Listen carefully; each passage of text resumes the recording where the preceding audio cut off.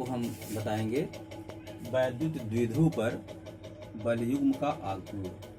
एक छोटा सा टॉपिक बचा हुआ है और बाकी आप पढ़ चुके हैं, चैप्टर आपका लगभग समाप्त है। इस छोटे से टॉपिक के बाद आप न्यूमेरिकल आपको भेजा भी जा रहा है, न्यूमेरिकल उसको आप अच्छे से लगाएंगे।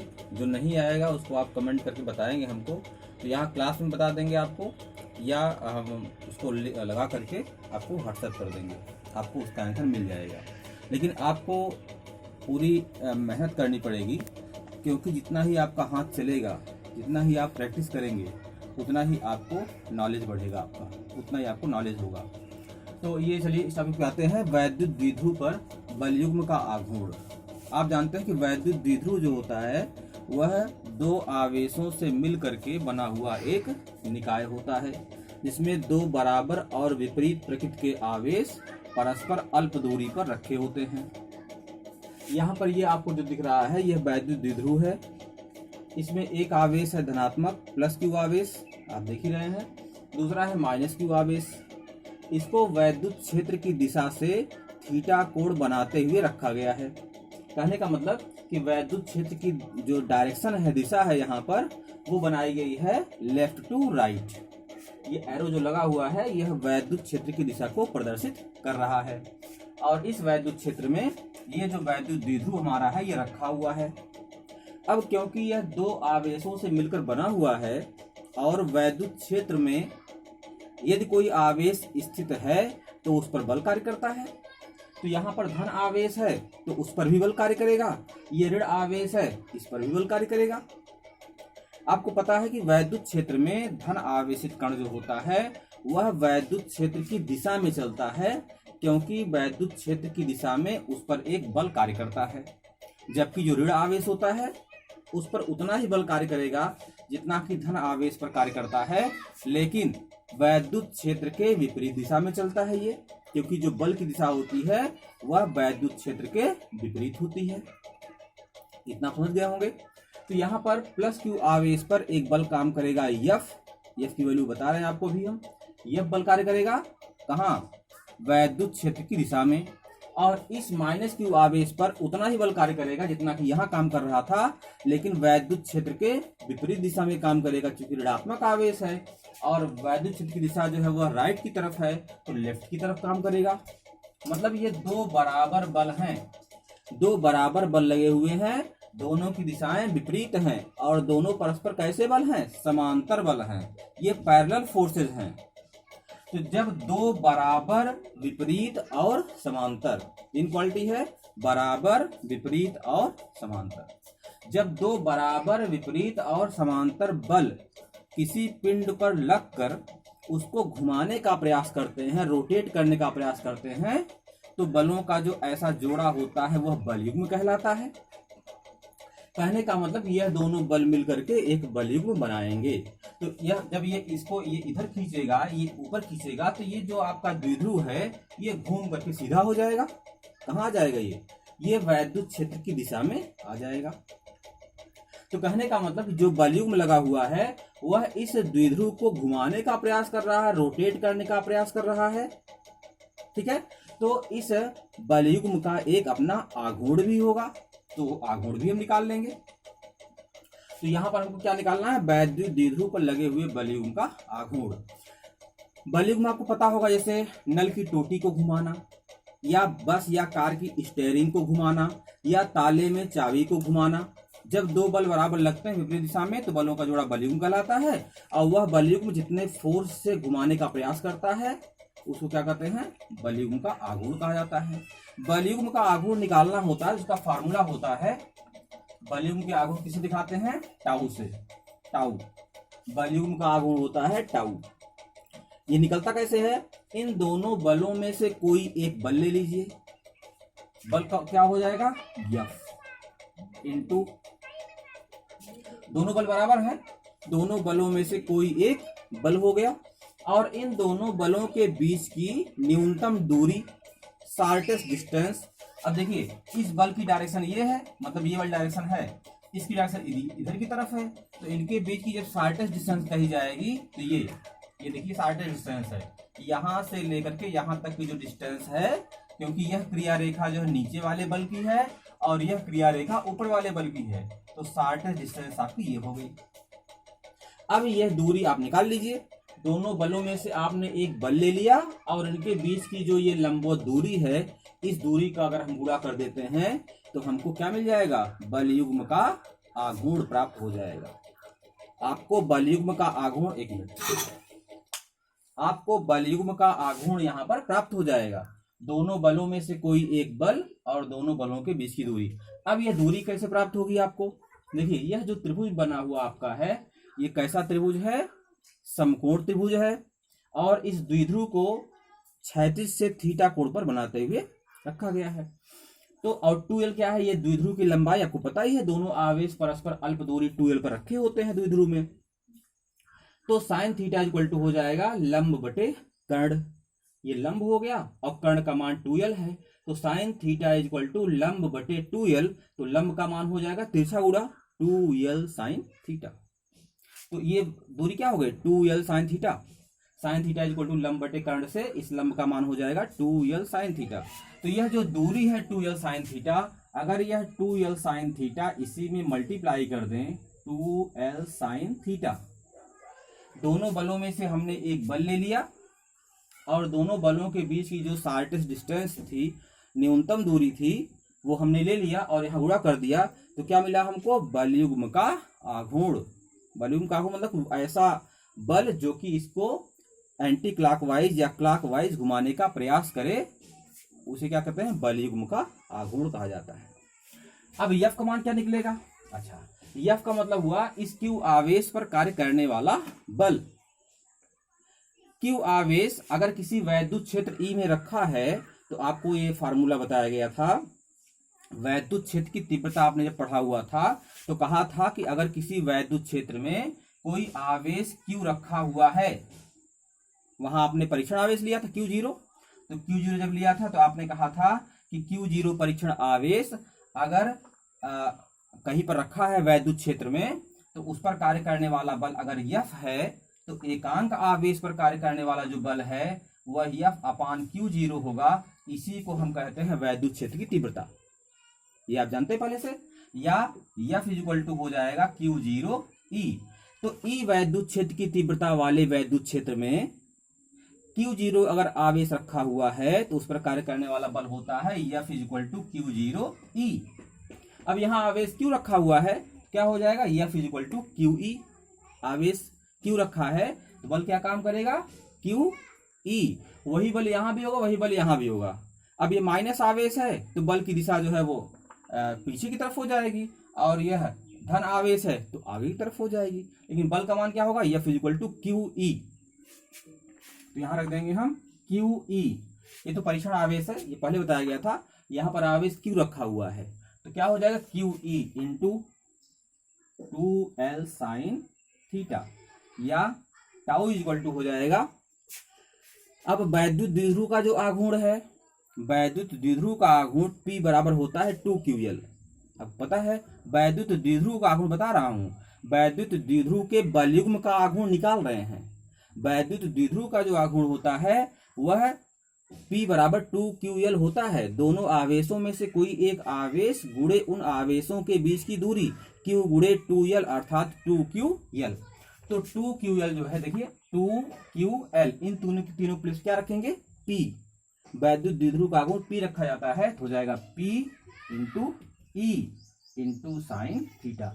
तो tau is equal to PE sine theta, tau is equal to PE sine theta, ये क्या है, वैद्युत द्विध्रुव के बल युग्म का आघूर्ण होता है।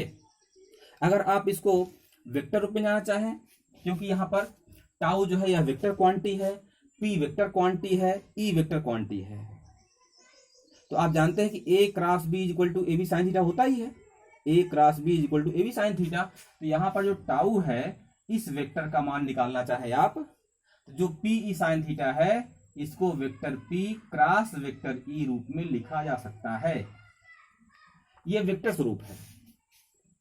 Tau is equal to PE sine theta को हम tau equal to vector P cross vector E लिख सकते हैं। इतना समझ गए होंगे। तो ये सूत्र आप याद कर लीजिएगा, टाउ बराबर पी साइन थीटा। यहाँ से ध्यान देने वाली बात यह है कि साइन थीटा की जो वैल्यू है, अगर मान लीजिए द्विध्रुव रखा हुआ है और उसके बाद ये आपका वैद्युत क्षेत्र फिक्स है, इसकी तीव्रता में कोई अंतर नहीं पड़ रहा है, तो साइन थीटा अर्थात थीटा रोटेट करेंगे, थीटा का मान, अभी द्विध्रुव आपका ऐसे रखा हुआ है, द्विध्रुव पहले ऐसे हो जाएगा या ऐसे हो जाएगा या नीचे की तरफ हो जाएगा, थीटा का मान घटता बढ़ता रहेगा। तो थीटा की वैल्यू घटने बढ़ने से साइन थीटा की वैल्यू घटेगी बढ़ेगी, और साइन थीटा वैल्यू घटेगी बढ़ेगी तो टाउ की वैल्यू घटेगी बढ़ेगी। तो साइन थीटा की अधिकतम वैल्यू कितनी होती है? अधिकतम वैल्यू होती है 1। आपको पता होगा साइन थीटा की जो मैक्सिमम वैल्यू होती है वो 1 होती है। और कब होती है?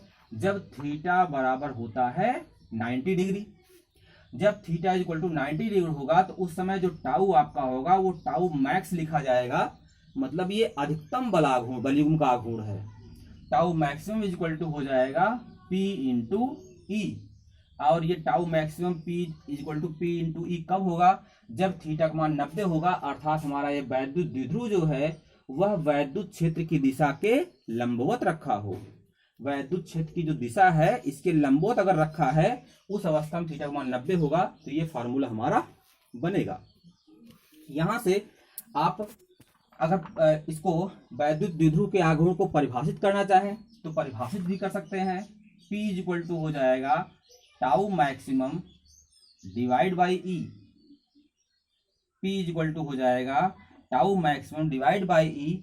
यहां से यदि E इक्वल टू कर दिया जाए, E क्या है? वैद्युत क्षेत्र की तीव्रता, 1 न्यूटन प्रति कूलाम कर दिया जाए, 1 न्यूटन प्रति कूलाम। अगर वैद्युत क्षेत्र की तीव्रता को क्या कर दिया जाए? 1 न्यूटन प्रति कूलाम, तो उस अवस्था में क्या हो जाएगा? P इक्वल टू हो जाएगा टाउ मैक्सिमम। अगर E इक्वल टू कर दिया जाए 1 न्यूटन प्रति कूलाम, तो P की वैल्यू क्या हो जाएगी? Tau maximum. अर्थात किसी वैद्युत द्विध्रुव का आघूर्ण उसके बलयुग्म के आघूर्ण के बराबर होता है। कब? जबकि वह वैद्युत द्विध्रुव 1 न्यूटन प्रति कूलाम के वैद्युत क्षेत्र में वैद्युत क्षेत्र की दिशा के लंबवत रखा हो। फिर से परिभाषा समझिए आप एक बार। 1 न्यूटन प्रति कूलाम के वैद्युत क्षेत्र में क्षेत्र की दिशा के लंबवत रखे हुए वैद्युत द्विध्रुव पर जो बलयुग्म का आघूर्ण काम करता है उसी को वैद्युत द्विध्रुव का आघूर्ण कहा जाता है। तो यहाँ पर वैद्युत द्विध्रुव की परिभाषा आप बलयुग्म के आघूर्ण के पदों में भी बता सकते हैं। जो वैद्युत क्षेत्र की तीव्रता हो वह 1 न्यूटन प्रति कूलाम हो, और दूसरी शर्त क्या हो? यह वैद्युत द्विध्रुव लंबवत रखा हो, क्योंकि थीटा इक्वल टू 90 होने पर ही ये फार्मूला आया हुआ है। इतना समझ गए होंगे। 2 महत्वपूर्ण तथ्य और बता दें आपको। जब यह वैद्युत द्विध्रुव इस वैद्युत क्षेत्र की दिशा में ही रख दिया जाए, जैसे ये प्लस क्यू आवेश यहां रख दिया जाए, माइनस क्यू आवेश यहां हो जाए, मतलब दोनों सीध में हो जाए, तो वैद्युत द्विध्रुव अगर वैद्युत क्षेत्र की दिशा में ही रख दिया जाए तो थीटा इक्वल टू 0 हो जाएगा। जब थीटा इक्वल टू 0 हो जाएगा तो साइन 0 का मान 0 होता है, तो वैद्युत द्विध्रुव पर क्या काम करेगा? बलयुग्म का आघूर्ण 0 काम करेगा। मतलब वैद्युत क्षेत्र की दिशा में रखे हुए वैद्युत द्विध्रुव पर कोई बलयुग्म नहीं कार्य करता है। एक चीज आप जान गए होंगे इसको। दूसरा, इसको उल्टा घुमा के रख देंगे आप।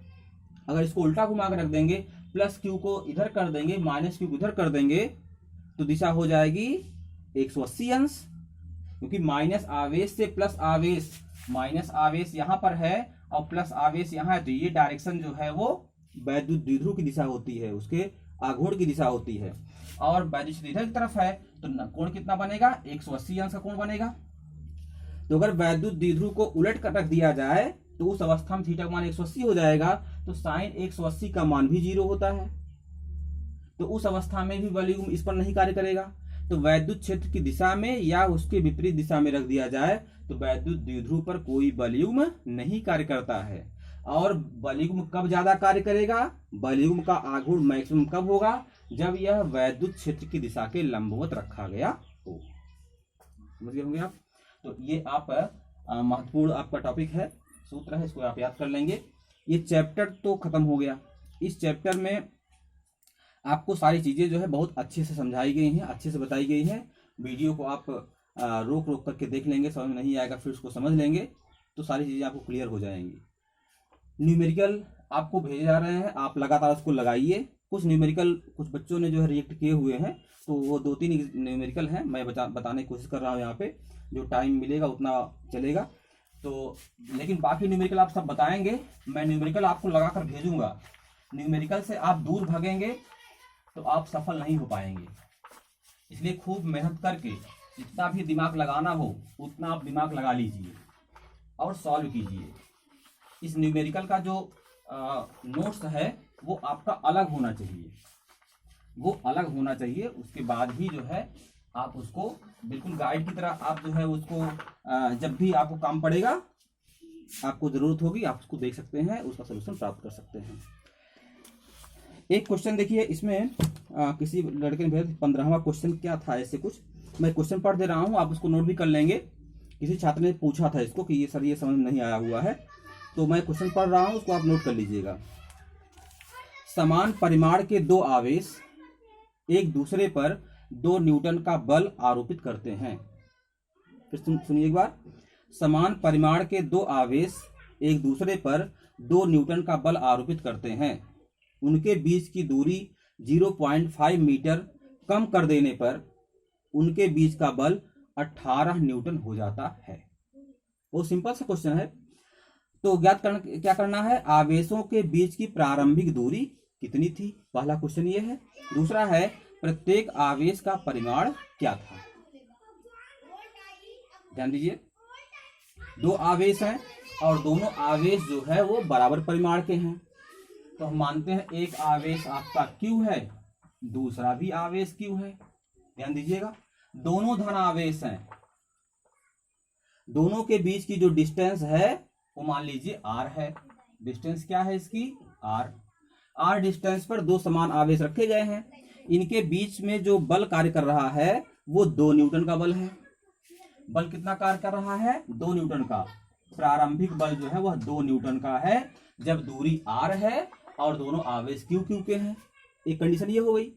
दूसरा, जब इनके बीच की दूरी को हम 0.5 मीटर, 0.5 का मतलब हुआ 1/2 मीटर, आधा मीटर कम कर देते हैं, अर्थात जो नई दूरी हमारी हो गई वो क्या हो जाएगी, R - 1/2। ये हमारी न्यू डिस्टेंस है।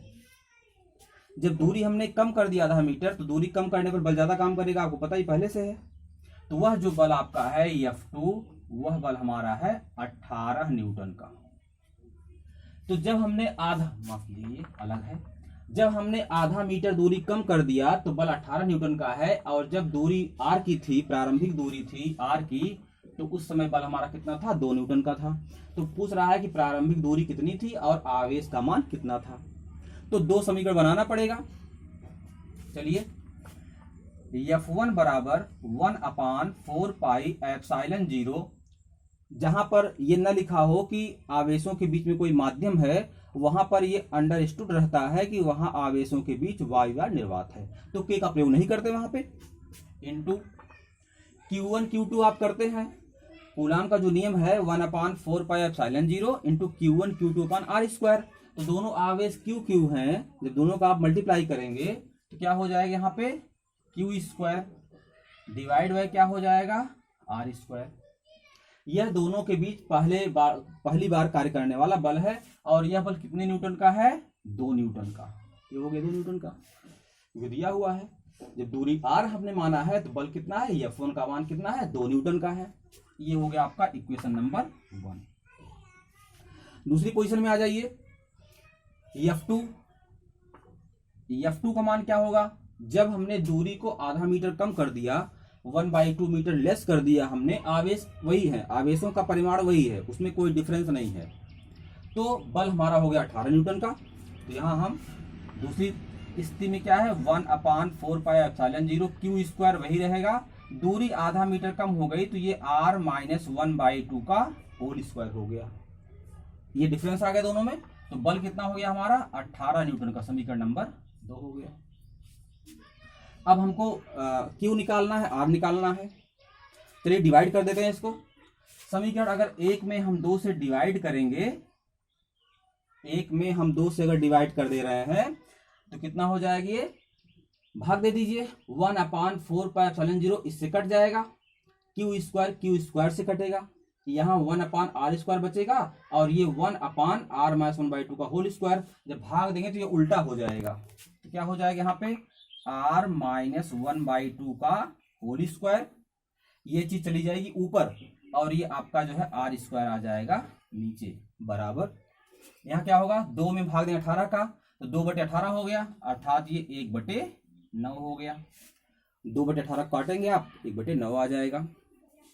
इसका स्क्वायर रूट ले लीजिए, वर्गमूल ले लीजिए, वर्गमूल लेंगे आप तो हो जाएगा ये r-1/2 डिवाइड बाई r, वर्गमूल लिया आपने, r-1/2 का हो गया, ये वर्गमूल वर्ग हट गया, यहाँ नीचे r हो गया और यहाँ हो जाएगा 1/3, क्रॉस मल्टीप्लाई कर दीजिए तो 3 गुणा आप यहाँ करेंगे तो हो जाएगा 3r माइनस 3 गुणा 1/2 में करेंगे तो हो जाएगा 3/2 बराबर r गुणा 1 में करेंगे तो r हो जाएगा, पक्षांतर करेंगे इसको तो 3r माइनस r तो आ जाएगा 2r, तो 2r की वैल्यू हो जाएगी 3/2 उधर जाएगा तो हो जाएगा प्लस में 3/2, r की वैल्यू निकालनी है 2 से डिवाइड कर दीजिए तो r इक्वल टू हो जाएगा 3/4 या 0.75 मीटर। ये आपका पहला उत्तर हो गया, ये पहला उत्तर हुआ आपका। क्या निकला यहां से, प्रारंभिक दूरी, आवेश का मान निकालना आपको है, आवेश निकाल लेते हैं। चलिए आवेश के लिए आप क्या करेंगे, किसी एक इक्वेशन में रख दीजिए, इसी में रख दीजिए, किसी एक में रख दीजिए। देखिए पहला इक्वेशन क्या हमारा है 1/4πε0 into q²/r² is equal to 2, ये पहला आपका इक्वेशन है, इसमें रख दीजिए। 1/4πε0 जो है इसकी वैल्यू कितनी होती है आपको पता है 9 इंटू 10⁹ इंटू आगे चलिए q², वही q तो निकालना है तो हो जाएगा q² divide by r², r की वैल्यू आपको पता हो गई है, क्या वैल्यू r की है 3/4, तो r का स्क्वायर है तो 3/4 को वर्ग करेंगे तो 9/16 हो जाएगा, तो 9 को हम कर देंगे नीचे और 16 को कर देंगे ऊपर। कितना क्लियर हो गया, इसकी वैल्यू रख दिया हमने 9 इंटू 10⁹, q² निकालना ही है, r की वैल्यू 3/4, इसका स्क्वायर होगा 9/16 ऊपर हो गया, इज इक्वल टू यहाँ पे क्या हो जाएगा 2, कितना हो गया, या q² इज इक्वल टू हो जाएगा, देखिए 9 दूनी 18 हो गया, 16 आ गया नीचे तो हो गया 18/16, ठीक है इतना हो गया। 9 आ गया नीचे, यहाँ पे 9 नीचे आ गया, गुणे 10⁻9 कहाँ आ गया नीचे आ गया, 9 इंटू 10⁹ नीचे आ गया, 9 दूनी 18 हो गया, 16 आ गया नीचे आपका, काटेंगे इसको तो 9 दूनी 18, 2 8 16, तो q² की वैल्यू हो गई 1/8 गुणे 10⁻9, क्या हो गया आपका, ये ऊपर जब जाएगा तो 10⁻9/8 हो गया, यहाँ पे q² की वैल्यू निकल रही है, q² की वैल्यू हो गई 10⁻9/8, लेकिन अब q निकाला तो वर्गमूल निकालना पड़ेगा, और वर्गमूल निकालेंगे तो आंसर आपका जो है कूलाम में आना चाहिए। अब चूंकि यह 10⁻9 में जा रहा है तो 10 अगर -12 यहाँ पर होगा तो वर्गमूल 10⁻6 रूप में निकल जाएगा, ध्यान दीजिएगा 10⁻12 अगर होगा तो वर्गमूल 10⁻6 रूप में निकलेगा, तो उस समय इस कूलाम को हम माइक्रो कूलाम में चेंज कर सकते हैं। तो इसके लिए क्या करेंगे 10⁻³ से गुणा और 10⁻³ से भाग, क्योंकि ये पता हो गया 10⁻12 हो जाए वर्गमूल 10⁻6 हो जाए तो माइक्रो कूलाम में आंसर लिख सके हम। चलिए तो q² इज इक्वल टू हो जाएगा 10⁻12 हो गया, ये 10⁻³ ऊपर जाएगा क्या हो जाएगा 1000 हो गया, तो हो जाएगा 1000 डिवाइड बाई 8 इंटू 10⁻12, कितना हो गया। अब 1000 में हम 8 से डिवाइड करेंगे तो q² इज इक्वल टू हो जाएगा, यहां आप जब भाग देंगे तो क्या हो जाएगा ये 125, ये आपका हो जाएगा 125 इंटू 10⁻12, कितना हो गया। वर्गमूल निकाल लीजिए इसका, वर्गमूल जब निकालेंगे q इज इक्वल टू, तो वर्गमूल जो इसका आएगा प्लस माइनस में दोनों में आएगा, क्योंकि धनात्मक भी हो सकता है ना, ऋणात्मक दोनों आवेश या तो पॉजिटिव होंगे या तो निगेटिव होंगे, क्योंकि पॉजिटिव पॉजिटिव का मल्टीप्लाई भी पॉजिटिव होता है, निगेटिव निगेटिव का मल्टीप्लाई भी पॉजिटिव होता है। इसलिए यहाँ पर आवेश जो है प्लस माइनस में आएगा। 125 का वर्गमूल आप निकालेंगे तो 11.18 आएगा। 11.18 11 पॉइंट क्या आएगा ये 18, क्योंकि 11 का जो वर्ग होता है वो 130 होता है, तो 125 से ज्यादा है ये। जब निकालेंगे इसको वर्गमूल निकाल लेंगे तो 11.18 आएगा इंटू 10⁻⁻6 वर्गमूल आप निकाला 10⁻⁻6 क्या आया ये कूलाम में आया। ये क्या आया कूलाम में। तो और 10⁻⁻6 कूलाम को हम 1 माइक्रो कूलाम कहते हैं, तो इसलिए आवेश जो हमारा होगा वो प्लस माइनस 11.18 क्या होगा ये माइक्रो कूलाम होगा। तो ये आपका आंसर हो गया प्लस माइनस 11.18 माइक्रो कूलाम। इतना समझ गए होंगे आप। ये दूसरा आंसर हो गया, पहला आंसर हो गया। दूसरे क्वेश्चन पे आते हैं।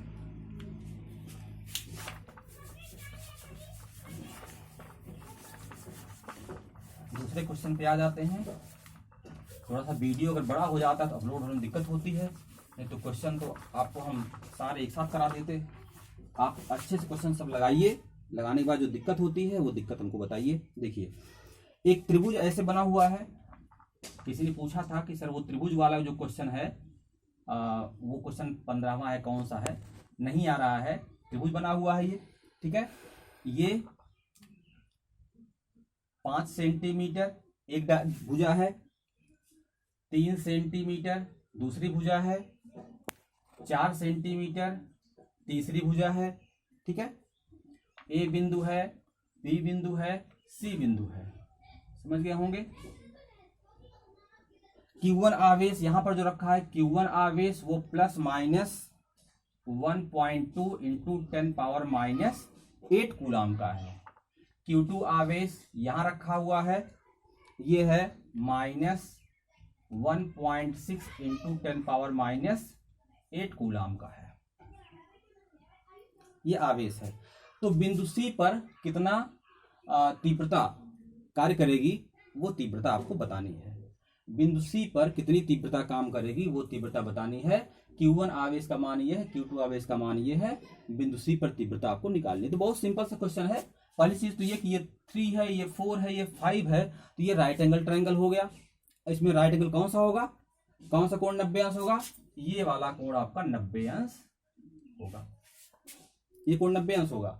अब बिंदु ए पर जो आवेश रखा है इसके कारण यहां पर निकाल लेंगे तीव्रता, और बिंदु बी पर जो आवेश रखा उसके कारण तीव्रता निकाल लेंगे, फिर दोनों का एडिशन कर देंगे, हो जाएगा काम। चलिए Q1 चाहे पॉजिटिव लेंगे चाहे निगेटिव लेंगे एक ही बात है, ध्यान दीजिएगा। इस Q1 आवेश अगर यह Q1 आवेश धनात्मक है तो बिंदु ए पर वैद्युत क्षेत्र की तीव्रता की दिशा हो जाएगी बाहर की ओर, और यह बिंदु बी आपका ऑलरेडी निगेटिव है तो तीव्रता की दिशा क्या हो जाएगी अंदर की तरफ।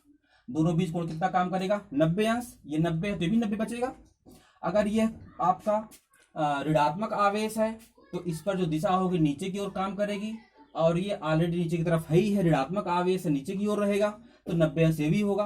तो दोनों परिस्थितियों में 90 अंश कोण ही होगा, उसमें आपको सोचना जरा सा भी नहीं है। तो ये प्लस आवेश हो या माइनस आवेश हो, बिंदु सी पर परिणामी का मान जो आएगा उसमें कोई अंतर नहीं पड़ेगा।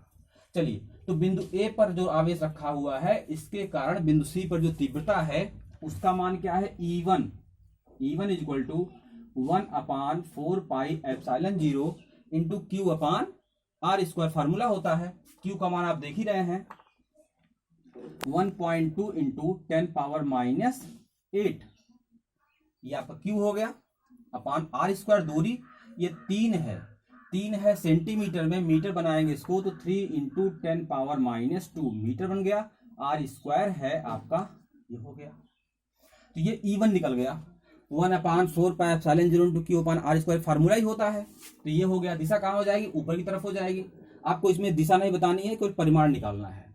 बिंदु बी पर जो आवेश रखा हुआ है इसके कारण जो दिशा है वो नीचे की तरफ है, तो हो जाएगा E2 बराबर 1/4πε0 इंटू Q2 इतना है 1.6 इंटू 10⁻⁻8 डिवाइड बाई 4 इंटू 10⁻⁻2 का होल स्क्वायर।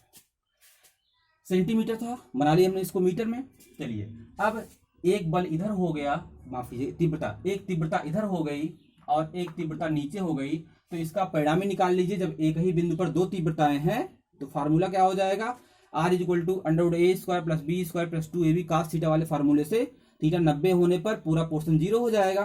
तो r is equal to under A square plus B square ही लगेगा यहाँ पे। इसलिए जो परिणामी तीव्रता होगी ई बराबर क्या होगा, E1 square plus E2 square, ये होगा, ये हो जाएगा अंडर रूट।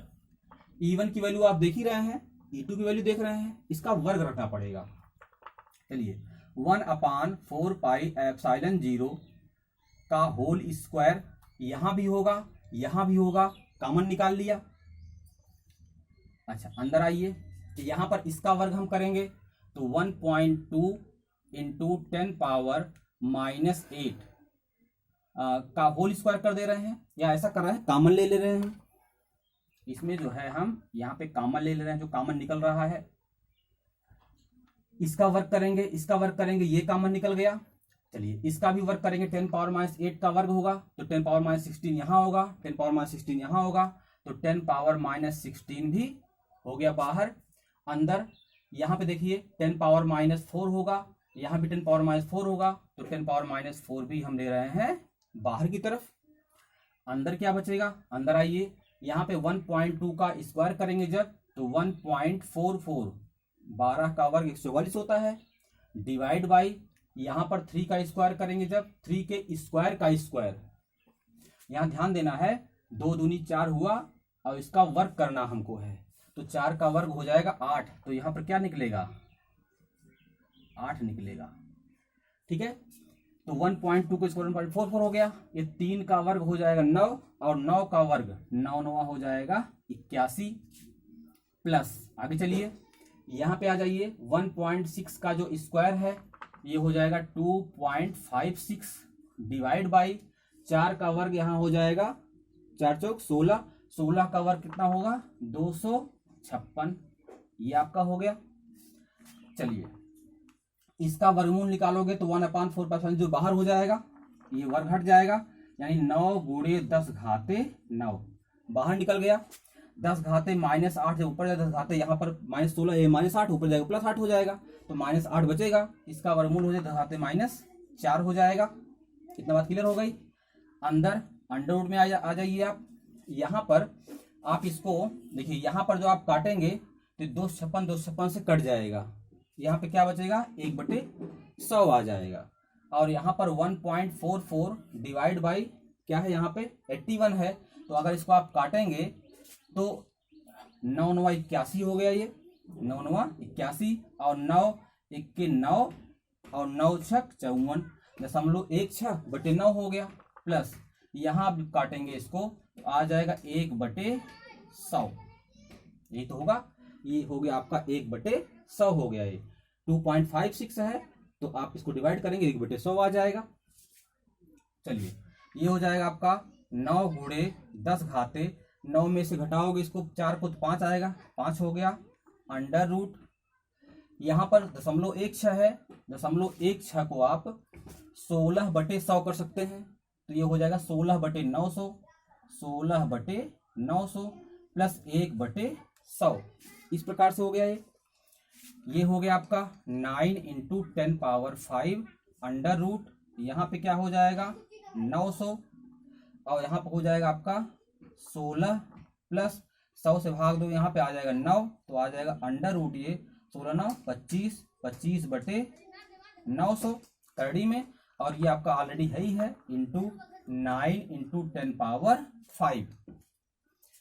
25 से काटेंगे इसको, जब 25 से काटेंगे इसको 25 से 25 3 75 हो जाएगा, और बचेगा 15 जीरो, क्या हो जाएगा यहाँ पे 1/36 करड़ी में 1 हो जाएगा ये 36, 25 3 75, 15 बचे 0 150, 25 छक्का 150 हो गया, और गुणे यहाँ पे 9 गुणे 10 घाते 5, इसका वर्गमूल 1/6 हो जाएगा, तो आ जाएगा 9/6, तो 9/6 इंटू 10 पावर 5 डिवाइड करेंगे यहाँ पे तो आएगा ये 1.5 इंटू 10 पावर 5। ये इसका आंसर क्या हुआ, वैद्युत क्षेत्र की तीव्रता न्यूटन प्रति कूलम, ये जो है बिंदु सी आपका है, इस बिंदु सी पर परिणामी वैद्युत क्षेत्र की तीव्रता जो है 1.5 × 10⁵ न्यूटन प्रति कूलम होगी। अच्छे से आप देख लीजिएगा, केवल गुणा भाग इसमें है, बाकी कुछ ऐसा मैटर इसमें नहीं है। तो ये दो हमने एग्जाम्पल बताया आपको, और ज़्यादा लंबा वीडियो हो जाता है फिर अपलोड नहीं होता है। जो न्यूमेरिकल बाकी बचेंगे जो आप कमेंट में बताएंगे हमको, वो हम डालते रहेंगे फिर इस तरह से। लेकिन आप प्रैक्टिस खूब अच्छे से करिए, न्यूमेरिकल पर खूब जोर दीजिए, तभी जो है ये संभव है, जो कि तभी आप जो है अच्छे से कार्य कर सकते हैं। बहुत बहुत धन्यवाद।